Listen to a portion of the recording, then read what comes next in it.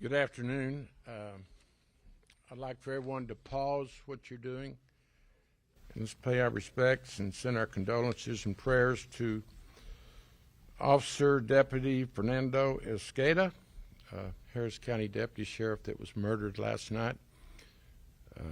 Pray for his family. He was ambushed and he was protecting us when he gave his life, so I would ask to pause.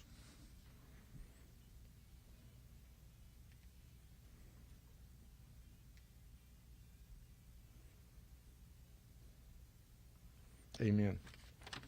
This afternoon we're gathering to present a law enforcement tool of collaboration to protect the public. In January, if you'll recall, recognizing the shortage of HPD officers, actually Acting Chief Satterwhite headed up our effort in January, had 30-plus local agencies come together at Crime Stoppers to discuss how we were going to collaborate and work together. It's been successful. Now, with Beryl coming through here and Harris County being so affected, the agencies we've been working with have their own challenges. So, working with the chief, his team, and equally important, the state of Texas, collaboration at all levels of government work. And we're rolling out a valuable tool this afternoon where we've taken our local collaboration model statewide, working with Acting Governor Dan Patrick, Nim Kidd, our Director of Emergency Center for the state of Texas, in discussions about how we could share resources. The team and Lieutenant Governor's office and our emergency center said, well, we share resources in public works during storms. We share EMS, fire protection. Why wouldn't your model work statewide? So I'm pleased to let everyone know, on their way to Houston right now are over 100 officers from our major cities and around the state of Texas. They will be here to work with HPD in our communities that are dark from lack of electricity. They will be working with the DPS. They're going to be working with HPD. HPD will be accompanying these officers. We're concerned about our traffic enforcement. We have 1,400 traffic lights out of order as I talk to you. Combination of protecting our communities because they're dark, our neighborhoods because they're dark, traffic enforcement because of broken lights, and also, let me emphasize, to relieve HPD officers that are working 12-hour shifts have also their families to care for. This is a great program of collaboration, providing public safety, looking out for our first responders. So I'm pleased to present this to Houstonians. We had you covered by working overtime from the day the storm arrived. They've worked around the clock, all hands on deck. Under direction of Chief Satterwhite, I'm very pleased to let the public know public safety has been my highest priority. It has been, and going forward, nothing is more important than safety. We know we have violent, dangerous offenders, witnessing the tragedy last night of Officer Esqueda. Furthermore, I want the public to know that energy, electricity, is also a very high priority. We wouldn't be having this discussion if we had electricity, but we had a mean storm come through, doing extensive damage. 2.3 million individuals and users of electricity were out of service. I know what a dark neighborhood looks like. I live in one. We live in Houston. So what Houstonians are experiencing, all of us in this room that live in Houston are experiencing. We want to provide public safety. Electricity is right there as a priority with public safety. So all I can say is, let's go to work. I want to introduce the chief to explain the process. I want to thank Governor Patrick, Nim Kidd for their vision, their leadership, and it will once again demonstrate my commitment to collaboration with every level of government. Together, we're so much better than we are individually, and that's been my practice since I got to City Hall on January 1. Chief Satterwhite, would you walk through the great operation that you're overseeing? Thank you, Mayor. First, I want to go back to Deputy Escada. You know, I was at the hospital last night with acting sheriff at the time, Mike Lee, and I know Sheriff Gonzalez is back, and everybody from the top to the bottom of their agency is just heartbroken. I will let the Harris County Sheriff's Department be the primary information source, but I will tell you what was reported last night, and just to kind of give you an idea of what we are facing in that regard and the individual that we are looking for. Because we have pretty good information that this individual was upset at a restaurant with the order he had and resorted to assaulting and pistol whipping one of the employees. And that's how the call went out. So our deputy, I'll say him because we're all a family, went along with other deputies looking for that individual, looking for the car. And as far as I can tell, he found the car and put that out. And he was watching the car but couldn't see the suspect. And it appears from the information that we have in hand right now, and they will clarify, that our deputy was just ambushed in his car. Just senseless act of evil. We were working with Harris County last night looking for this individual. Today we continue to look for this individual. For all of you who are following Harris County and their social media and their messaging out, if you know anything, we ask you to reach out to Harris County or HPD or any law enforcement agency that you have access to, and we will get that information because we want to get this individual off the street right now before he hurts somebody else. It's a tragedy. This man gave his life out there trying to help in those dark neighborhoods that the mayor's talking about, trying to help the public, and he lost his life trying to do so. And we honor him and his family, and please keep them in their prayers. HPD is still and will continue to be on full mobilization, meaning half of our department works day shift and half of the department works night shift, because we know that we have vulnerable neighborhoods and we have all kinds of needs. Yesterday morning, we went to that full mobilization. I'm sorry, Tuesday morning we went to that full mobilization, and by Tuesday afternoon we were getting additional assignments of water, of food distribution, of shelters, and all those things. And that's why we need to remain at full mobilization, and we're going to remain in that posture all the way through Sunday, probably into Monday morning. And that can shift left or right. It's very unlikely that it will not continue at least through Sunday. I will tell you all, it could go into Monday and Tuesday depending on the need.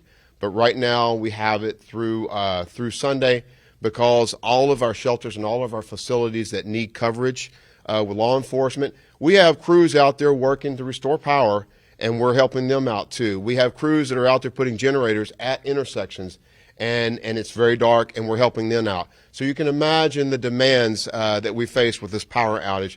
That's why we need to stay on 12s and stay at full mobilization through Sunday, at least until Centerpoint can get most of the power back on and we can get the public back on its feet, which is what we need. I am very thankful to the acting Governor, Dan Patrick, to Chief Nim Kidd, to the state for all that they are doing. Chief Kidd and I had a conversation on Tuesday evening right before our press conference, and he said, hey, we might be able to use a model that we use right now for fire and EMS, where Texas Department of Emergency Management and the state will cover the cost of additional personnel to come in and help a city that's been in a disaster zone, and to help cover that. So we had that conversation, and we said, that's very interesting. We talked about it, and he said, I think I can do it. And on Wednesday morning early, I called him and took him up on his offer. Because we also have, like the mayor said, we have a lot of officers out there. They're out there. They're in your neighborhoods. We have a lot of support out there right now because of the full mobilization to keep everybody safe. But we have officers that are out there that they were personally impacted. They have trees in their houses. They have no power. They have families that are in need. So I realized that, this after a certain number of days at 12-hour shifts, fatigue really sets in, and there are needs. And so we want to be able to give those officers that time to do so. So by calling Chief Kidd and working through Acting Governor and Patrick, we pulled the trigger on this thing, and we said, I asked for about 100 officers, and he said done, and they got it done. So yesterday morning, they were calling around. Chief Kidd was calling around to mayors. He was calling around to city managers and saying, hey, HPD could use some help. And I will tell you, I will list the names of the agencies that are coming, but not one balked at that. They were all ready and coming to help, and I can't say enough thanks to all of them for that. And our department is very thankful, because that's going to give our chance to maintain our constant coverage, because the neighborhoods are not uncovered. We're out there, and we're out there in force, but this will allow a few of them to be able to go home, take care of some things that they need so that they can come back to work, because if they're worried about their families, the focus is not 100% on the threat. We see what the threat is out there. We saw it Monday night when we had an officer that was shot in the leg. Thank God he is stable and convalescing. But we lost a deputy last night, because it is a challenge, right? And we need to make sure we have officers out there to cover everything. So that is what's happening. And they are coming in as we speak. They're coming down 45. We have the bulk of them coming down. And we will get footage of that we will put out to the public. And then, of course, our first roll call will be tonight at 6 p.m. at our Union Hall at 1602 State Street, where they will come in for roll call and a welcome, and the mayor will be there, and I will be there to thank them. And then, just so you know, operationally, they will be partnered with HPD. So for those wondering, hey, why is Dallas police car? Because they are bringing marked cars. So for an example, why is Dallas police marked car in our neighborhood? Well, that car will have a Dallas police officer, and it will have a Houston police officer. And likewise, in one of our police cars, on one of our marked shops, it will be a Houston police officer and a Dallas police officer, mainly meaning that we're going to be working in tandem in our neighborhoods, in our neighborhoods that are most vulnerable, with additional support, to have that backup. So make sure that we're doing everything we can to protect the public while we all work to get through this storm crisis. So we are very thankful for that. Just to give you an idea of the agencies that are coming, and it's a long list, so I'm going to read from it. Apologies. But I want to make sure I get everybody. The San Antonio Police Department, the Fort Worth Police Department, the Dallas Police Department, the Corpus Christi Police Department, the Allen, Texas Police Department, the Grand Prairie Police Department, the Plano Police Department, the City of Trophy Club Police Department, McKinney, the City of McKinney Police Department, Carrollton Police Department, Mesquite Police Department, Irving Police Department, Garland Police Department, Houston Oaks Police Department, Azle Police Department. And for all of those agencies, and I will also extend our thanks to our partners right here next to us in DPS, because they've been here already, and they have 80 troopers deployed, 40 on days and 40 on nights. All these outside agencies and their leads, their chiefs, their mayors and city managers, again, I really want to extend our thankful for that. And when I'm done, I want to turn it over to Acting Governor Patrick and to Chief Nim Kidd, either one, to explain how that's going to be paid, because we are so thankful, and I want them to be able to explain to you how that will actually happen. So just so you know, they'll be here. The plan is for the next 4 days, starting tonight, to assist and work in partnership with our officers in the field, keeping everybody safe.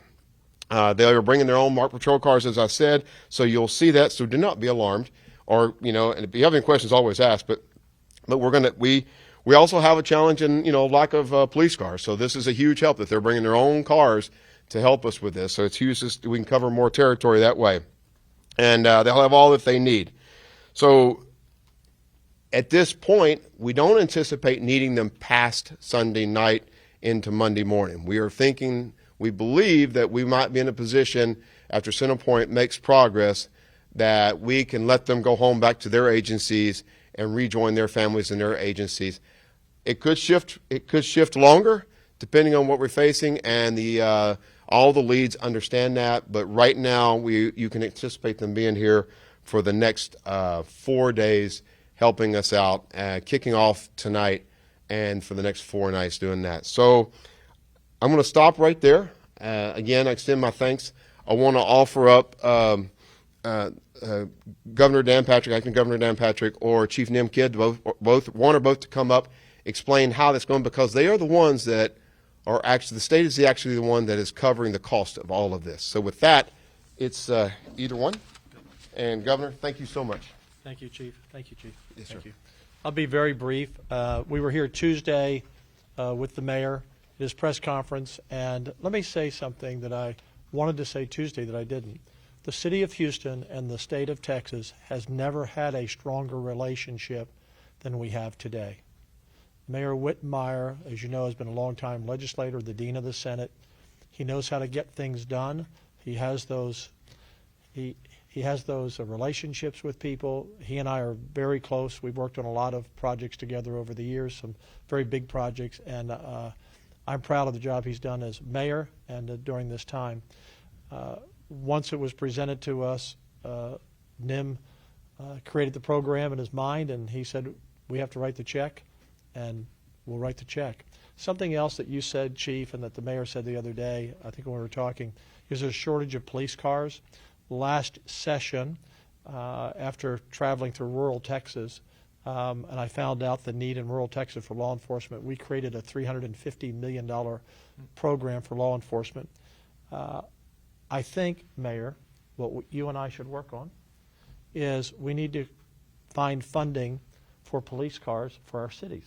Yes, sir. And I think we had pretty much unanimous support to help the rural areas. And I know cities have bigger budgets, but they also have tremendous pressure on those budgets, because if you have the men and women and you don't have the money for the vehicles you need, I think it's something that we should help with, and we'll work on that, because his number one job is to protect the public. It's our number one job to protect the public.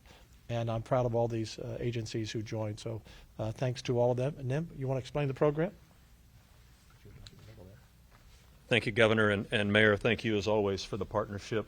Chief, appreciate the partnership, and I can't leave out the Department of Public Safety, my family, that we've worked with together. Thank you so much for what you do.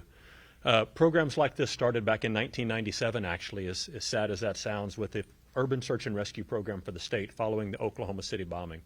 It created teams like the one I went to with the World Trade Center on 9/11 attacks to be able to take local government employees and be paid by the state or federal government in that case to go to somebody else's disaster. Over the years, we built from the Urban Search and Rescue component to the wildland firefighting component, where we borrow local government firefighters and mobilize them on the state expense to send them into a disaster area to support the local impacted community. We then blended that into the Emergency Medical Task Force. The ambulances that you're seeing from out of the area right now are part of the EMTF program. And then we've moved that on into the public works scene. So you'll see public works trucks from other jurisdictions in this disaster site. Talking to Chief Satterwhite on Tuesday, it was like, you know, I have this idea. We're doing this for these other disciplines. Can we work with this for law enforcement? And I'm so grateful that he said yes. We're going to continue this program. This is the right thing to do. The only people that are going to question this program or not like this program are the criminals. Those are the only ones.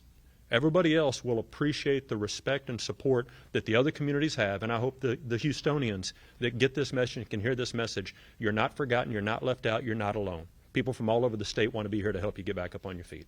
Thank you. Oh, yeah. Can we do it in Spanish? Sure, sure. Buenas tardes. A nombre del jefe de policía Satterwhite y del alcalde Whitmire, estamos aquí porque hay ciertos momentos difíciles donde se crea una especie de unión y colaboración. Por ejemplo, el alcalde mencionó que anoche un alguacil, un elemento del departamento del sheriff del condado de Harris, fue asesinado violentamente. Y eso nos une a nosotros como una familia de policías, porque cuando muere uno, nos duele a todos. Y estamos aquí dispuestos a ayudar al departamento del sheriff con todos nuestros elementos, con todo nuestro apoyo, con todos los recursos que tenemos, y esperamos que el público entienda lo difícil que es para esa agencia. Y les pedimos que si ustedes saben algo sobre ese asesinato, que por favor se comuniquen con ellos, con el departamento del condado de Harris, o pueden hablarles a nosotros como el departamento de policía de Houston, o inclusive puede usted mantenerse anónimo y hablar a Crime Stoppers, ¿verdad? Y ellos también aceptarán cualquier información que ustedes tengan para poder arrestar al asesino. Otro momento difícil que une a los policías, une a la comunidad de policías, es lo que estamos sufriendo ahorita en la ciudad de Houston. No tenemos luz y eso trae muchas consecuencias. Hay mucha gente sufriendo por el calor, no se pueden comunicar, no tienen comida en sus refrigeradores porque se está echando a perder. Entonces, lo que acabamos de escuchar ante ustedes es de que hay una colaboración de parte del gobierno del estado, representado aquí por el que está actuando como gobernador, Dan Patrick, con el alcalde Whitmire y con el jefe de la policía de Houston. Estamos uniéndonos y el estado está pagando, está proporcionando las finanzas para que vengan policías de otras ciudades del estado de Texas a ayudarnos aquí en Houston durante estos momentos difíciles. Estos policías vienen de diferentes ciudades y el jefe acaba de leer la lista de ciudades. Si ustedes quieren que se las proporcione posteriormente, se las proporciono. Pero lo importante es de que estos policías van a colaborar con nosotros. Si usted por casualidad se asoma y ve una patrulla de Dallas o de San Antonio, es porque está un policía de Houston colaborando con un policía de esa ciudad y estamos sirviéndole a la comunidad, estamos en las zonas donde más se necesitan, donde se cometen los crímenes o donde no hay luz y la gente simplemente quiere saber que estamos ahí ayudándolos y sirviéndolos. Entonces, estamos aquí para darle las gracias al estado de Texas y también les damos las gracias a los elementos del Departamento de Seguridad Pública del estado de Texas que están aquí también presentes. Ellos han estado aquí desde el principio con 80 elementos. Las otras ciudades están proporcionándonos 100 elementos, 100 policías. Así que esto va a ayudarle a los policías de Houston que también tienen los mismos problemas que el resto de la comunidad. Ellos también están sufriendo en sus casas, sin electricidad, sin comida, sin aire acondicionado. Entonces, les damos las gracias a todos ellos y esperamos que salgamos de esto pronto. Probablemente nosotros vamos a estar movilizados, que son 12 horas de trabajo, 12 horas de descanso, de aquí hasta el fin de semana, hasta el domingo. Muchas gracias. Let me emphasize that I know this will work. We've been working with our partners with the DPS for months, not only personnel, but resources. They help us with our forensic lab. They've helped us with air coverage. During a chase, it's actually reduced chases because Houston doesn't have 724 helicopter protection. The DPS will join in and shorten the length of some of our chases. So I know the collaboration is working locally, and I know this model will work statewide. I want to thank the Lieutenant Governor for his expression of support. I do believe that we need an urban initiative from Austin to help major cities with their public safety. I also want to emphasize, again, if we had electricity, we probably wouldn't be having this discussion. Electricity plays a vital role in public safety. The lights out in the neighborhood create serious vulnerabilities. Our traffic lights are critical. I would ask Houstonians, please limit your driving at night till we get electricity across our region. Do not go into intersections. In fact, be looking out for intersections. It's so dark, sometimes you approach an intersection and do not recognize it. So electricity is our highest priority, coupled with public safety because they go hand in hand. I would also like to let Houstonians know this team is doing everything we can to put pressure on Centerpoint, do a better job.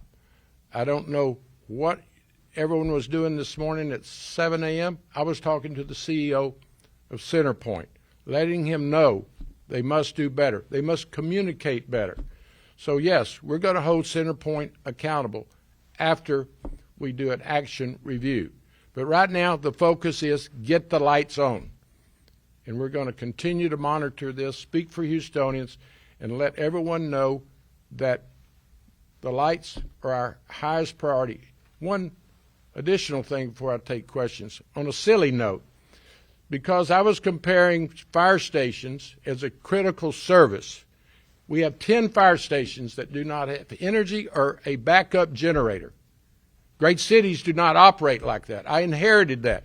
But when 10 fire stations are not opening, our convention center not opening when we got 1,500 FFA students in our convention hotels waiting to have a convention, and then a block away we have a sports venue well lit. No criticism to the Astros. You know, we need to let people know the politics is out of this discussion. I was not criticizing the Astros. I was criticizing, quite frankly, CenterPoint in the city of Houston, that we have to have priorities. And if we can furnish electricity to a ballpark, we can sure as heck have our convention center and our fire stations should be our highest priority. So let's get that silly notion out of the way. No criticism to the Astros. They run their business. I run the city of Houston. So electricity is our high priority. But first, we've got to make certain that we look out for our first responders that need to be with their families during challenging times, and also go forward with a model that I think will be replicated not only across. Next week, it may be Dallas that we're assisting, or the Valley that might have issues. So let's remember, we're all in this together. This is exactly the program that I campaigned on. Collaboration with the state. As the governor said, we do have great relationships with Austin. That's a new phenomenon. It wasn't there when I got there in January. With that, we'll answer any questions, and I'll be glad to yield to these outstanding professionals behind me. John Whitmire, Houston Chronicle. I had one question for you, Mayor Whitmire, and a few for Chief Satterwhite, if that's okay. For you, Mayor Whitmire, I just wanted to ask, on the note of electricity, can you give us an update on power and water plants, and are any of the buildings there in danger of failing? Should someone be worried about their water at all? When I left to come over here, our water supply is secure, and our water supply is very protected and secure. Full supply. Some reduction in pressure, but nothing that's interfering with our operations and certainly homeowners. Wastewater, we have challenges.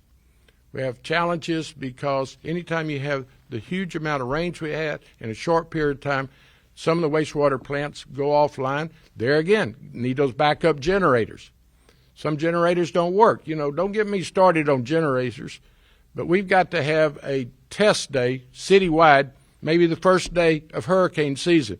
Everybody, for certain our essential services, need to be firing up, testing, topping off fuels of our generators. That is a critical part of public safety and life and welfare issues. So yes, water, fine, wastewater, challenged. About 150,000 gallons were released in some of our bayous, which, violates a consent decree. We're spending billions of dollars complying with federal government requirements, but prior administrations did not apply some resources to the wastewater treatment, which got us in the agreement in the first place. So there's a lot of work needs to be done. We have a great city and great people, but we have challenges like most major cities do, but we're a can-do administration. We've got partners that join me today, and we will fix our infrastructure and always make public safety our highest priority. Anyone else? So, Father Chief Satterwhite, for you, your understanding from CenterPoint is that lights will be sufficient enough on Sunday where you would not need the outside. I think I'll let the chief describe his model. CenterPoint, at our direction and their own initiative, is doing everything possible. Everything. We're pressuring them. Do better. And they understand that we're all in this together. And so many issues, starting with public safety and quality of life issues, starts with we need electricity. That's what I'm focusing on. That's what this team's focusing on. And I'm certain that we will monitor CenterPoint's success and how it relates to the public safety coverage that we're discussing today. So, Chief Satterwhite, you want to speak to that concern? Okay, so there's actually a lot of hope in my voice when I say that because, like I said, we could shift longer, and I would certainly reach out to those agencies if I feel the critical need to do so. But I am hopeful, and I've heard reports, and they are working on it, that most, or at least except for, there'll still be several thousand people, from what I understand from reports, even after Sunday, that will be without power. But I am hopeful that we have enough power, enough light in the city, red lights obviously working again, street lights and all those things, to light things up at night like we are normally used to, so that we can better see everything and have our officers out there and hopefully not need that additional support that we have from outside. And by then, hopefully, those officers that we need to kind of let go home and get taken care of in terms of family will then become available again, too. So it's a twofold. I am not going to tell you for sure that we are going to demobilize on Monday morning. I don't know yet. I'm telling you that I'm hopeful that we can demobilize by Monday, because if we can, that means the city's back on its feet, and that's what we want. We all want more than anything. Chief, what are the challenges that you guys are facing right now? So it's like the mayor has said, it's really power. Without power, we have multiple challenges. Number one, traffic on the roadways is incredibly dangerous because there are so many intersections that without power, you don't know they're there until you're in the middle of them. And you imagine you've got cars coming from two different directions, and it can be catastrophic, right? So then on top of that, because when it gets dark like this, we have predators that will go out there and try to take advantage of that. We're already posting pictures. We're going to be posting pictures of suspects that we capture for burglary, of businesses, of all those things. Sadly, there are people that will take advantage. They care nothing for anybody else, and we will hold them accountable. But we need the officers out there rolling around, being present, responding to calls, responding to alarms, and all those things that are happening to ensure that we're providing the best service possible. And another thing is just this: there are a lot of people out there that they're already living on the margins. They didn't have a lot before the storm hit. Now the storm has hit, and they're without power, and I don't even know if they have enough to eat. I mean, they're worried, and we represent in law enforcement, somebody that's there to help. And when they see an officer in their neighborhood, and we can't be everywhere all the time, we still don't have enough, but to the degree we are, we're out there in force as much as possible. It's going to give them a little bit of comfort and a little bit of assurance that we're there for them. I ask all the public, if you, again, power outages is not a reason to call 911. We ask that you call CenterPoint. It's at 713-207-2222. But if you're afraid, if something's happening, if something suspicious is happening, call. We have the numbers out there to respond, and we will respond. Let's be clear that incoming help, they're covering all shifts? Yeah, so basically the way I'm going, this is something that we did during Hurricane Ike, and I was there, right? So I've been on 34 years.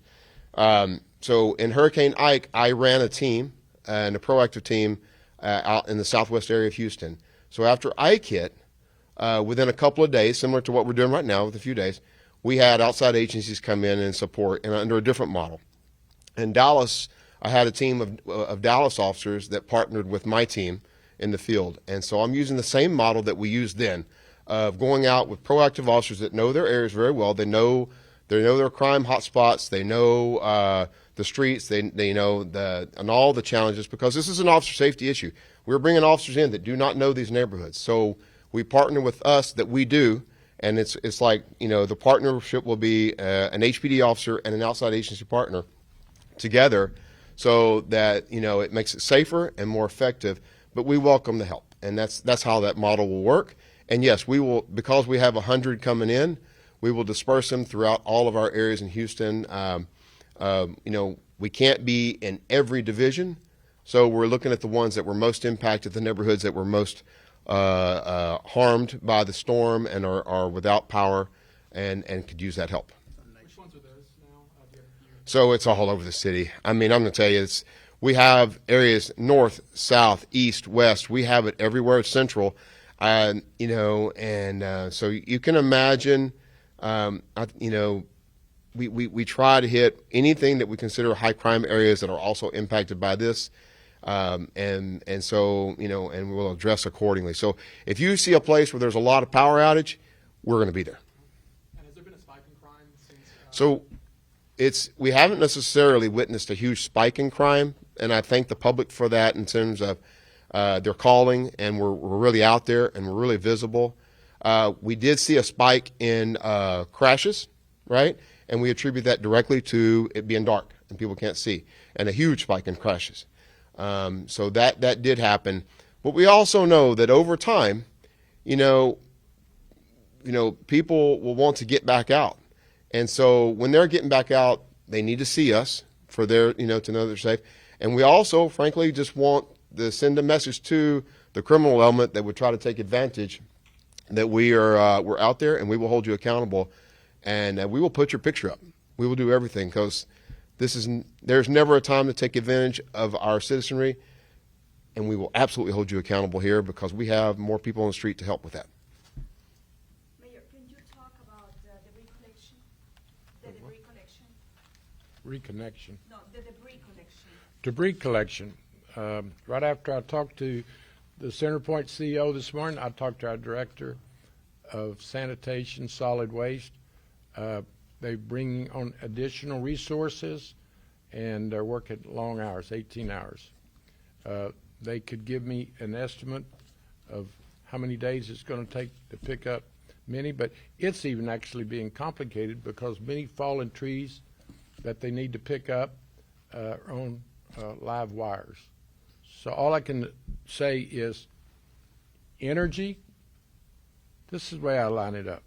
Public safety, energy, which is so impacted, public safety is impacted by the energy, and then debris is right below it. Many families have trees on live wires in their backyard. That's a high priority. We're working with Public Works, by the way. Public Works has folks who fix the streets. Let me also give a shout out, talk about collaboration. TxDOT. TxDOT is not only taking care of their thoroughfares on the feeders to our highways, they're coming into the city of Houston, helping us. On Shepherd, 610, going north, they're helping us at 34th Street, 43rd Street, Pinemont. So we're all in this together, and this is a demonstration today of what being united with one focus makes a difference. So yes, debris is a high priority, and we're bringing in additional outside sources.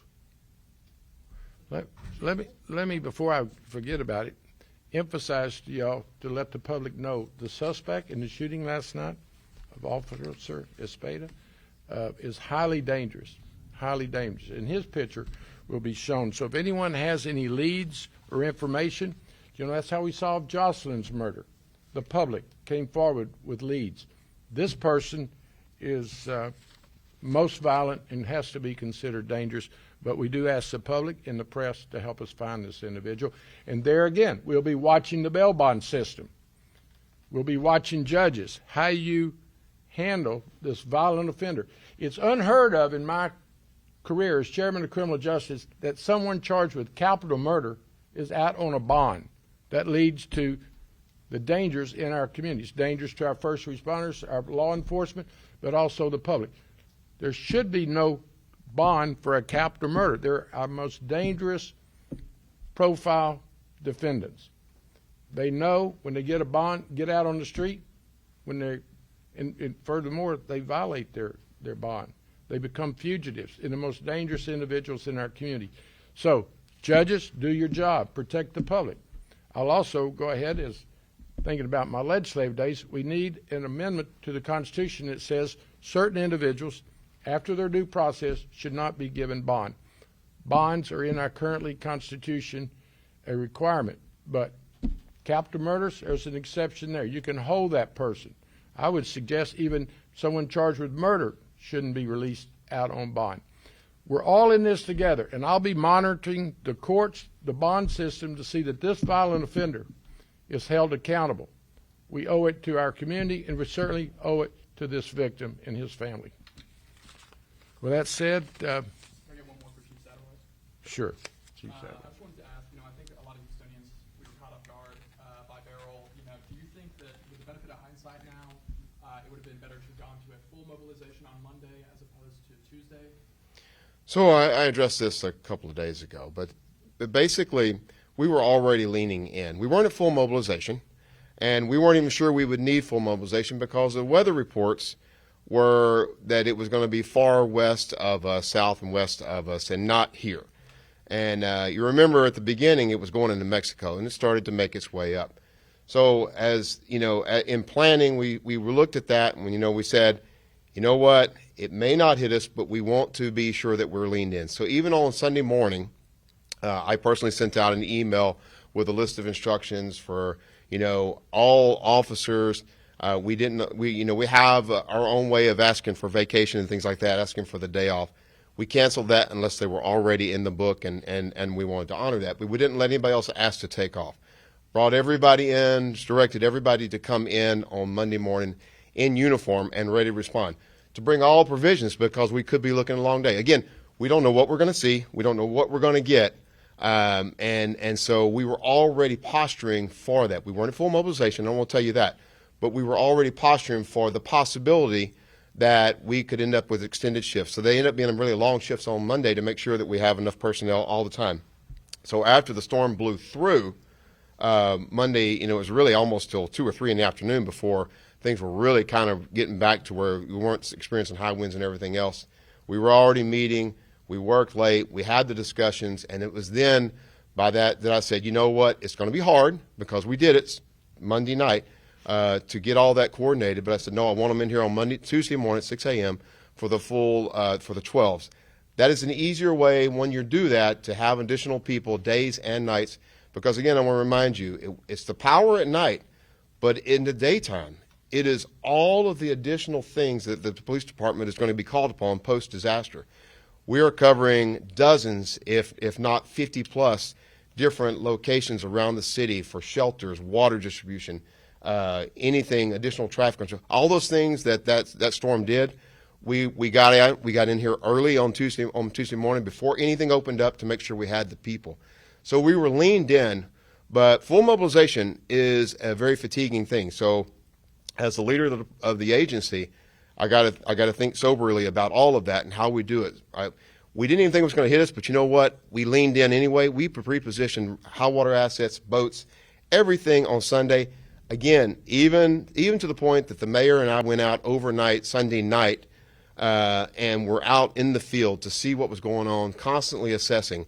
And it still, at 2 a.m., had not hit, and we were like, well, where's the storm that was supposed to be here much earlier? Where's all these other things?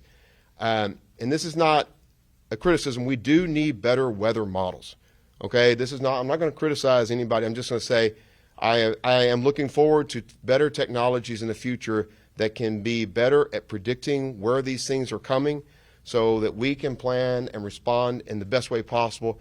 We did everything based on the information that we were being given at the time, and then we leaned forward from there with deploying resources and calling everybody in, even to the point I said, bring your own medications, because a lot of employees, they may have medications that they're taking. I don't know when you're going to get off tomorrow if this thing hits us.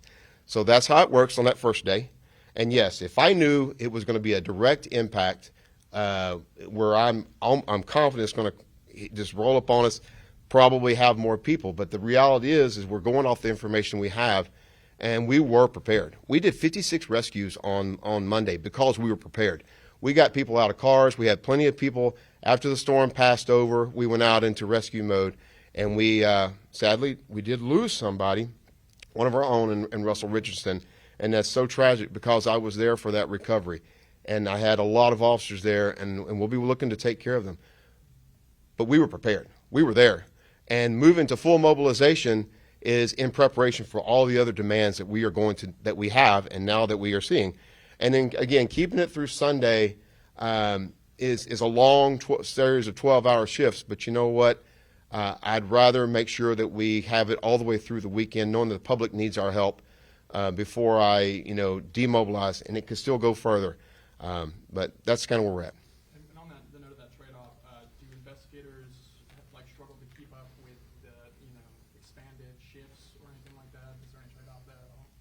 So you're talking about, so we have our investigative side of the house, and we're using those for critical infrastructure. We're using those for some of these distribution sites. We're using those for again, the gun shops, the pawn shops, the pharmacies, all the things that become targets. So they are doing a different job as opposed to doing investigations right now. When somebody is harmed, they're still doing that too. If there's a gap in time and a downtime, they're working on their investigations too. But I don't want to paint the picture that they're steadily in their office today doing follow-up investigations. Right now, we are still, in our mind, response recovery. We haven't done any more water rescues or anything like that, although I am sorry to say that we did just very recently today discover another possibly person that we've lost in the water, and we don't know. We're working on that up. But so there's still some recovery, and everything, and but we're there for the public, there for response, and right now also recovery and just managing, giving everybody what the presence and the support that we can do as the Houston Police Department. Thank you. We got to go to work. Thank y'all.